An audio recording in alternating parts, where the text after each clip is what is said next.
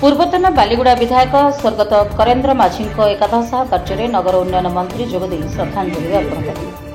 कंधमाल जिला तुमुड़ीबंध ब्लॉक गुमा पंचायत पेडम गाँव में पूर्वतन विधायक स्वर्गत करेन्द्र माझी एकादश कार्यक्रम संपन्न होछि। गृह निर्माण नगर उन्नयन मंत्री कृष्णचंद्र महापात्र पूर्वतन विधायक करेन्द्र माझी पैतृक पेडम गाँव में पहुंची एकादश कर्म जोगदे स्वर्गत करेन्द्र माझी को अश्लील श्रद्धांजलि ज्ञापन करने सह अमर आत्मार सद्गति कामना करते स्वर्गत करेन्द्र माझी परिवार को समवेदना जणाई। कार्यक्रम में बीजेपी मुखपात्र बिरंजी नारायण त्रिपाठी, कंधमाल सांसद सुकांत पाणिग्राही, फुलबाणी विधायक उमाचरण मल्लिक, बीजेपी जिला सभापति पंडित पीसी माझी समेत बहु मान्यगण्य व्यक्ति जोग। पूर्वतन विधायक स्वर्गत करेन्द्र माझी वियोग निज दल और सरकार कंधमाल जिला अपूरणीय क्षति होछि दल और सरकार तांका परिवार सह रही आगामी दिन में रहिबो बोली नगर उन्नयन मंत्री कृष्णचंद्र महापात्र कहछन्ति।